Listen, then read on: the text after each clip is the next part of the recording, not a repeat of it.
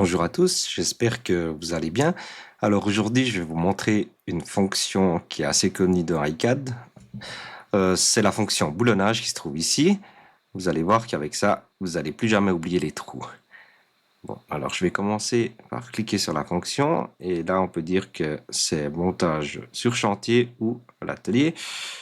Donc dans mon cas, je vais mettre sur chantier et là je vais poser ici la surface de travail et je vais prendre un M10. Là bien sûr on peut choisir toute la visserie et les rondelles et bien sûr les trous et l'écrou. Si on enlève l'écrou, on verra qu'il y a le taraudage qui se fait tout seul. Et là, on peut rechoisir le trou. Dans notre cas, on va prendre des trous standards de la construction métallique. Une fois qu'on a appuyé là-dessus, on appuie sur la plaque qu'on veut boulonner avec la poutre à laquelle on veut se fixer. Et ensuite, on appuie sur la roulette. Et là, on en veut 2 en X.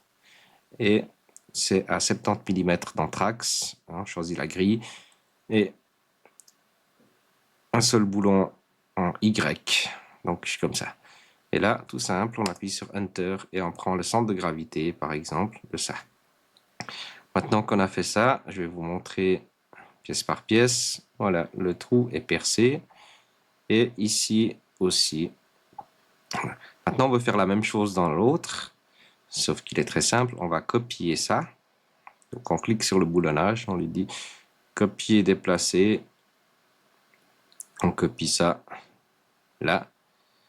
Et pourquoi pas mettre ça dans le deuxième montant. Ici ou ici, c'est égal. Et ensuite, on verra que la plaque n'est pas percée.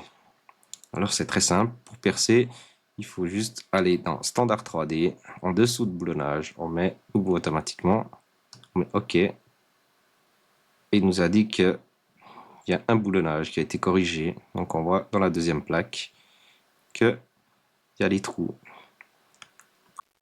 Je vous montre encore un petit truc dans cette vidéo.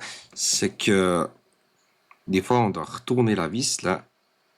Ou bien j'ai oublié la rondelle ici, j'ai oublié de l'activer. Alors pour activer la rondelle, il faut faire un clic droit ici et retourner dans Norme usine. Et bien sûr, activer la rondelle. Et comme ça, il y a la rondelle. Vous pouvez refaire la même chose ici. Clic droit ici. Et puis Norme et mesure.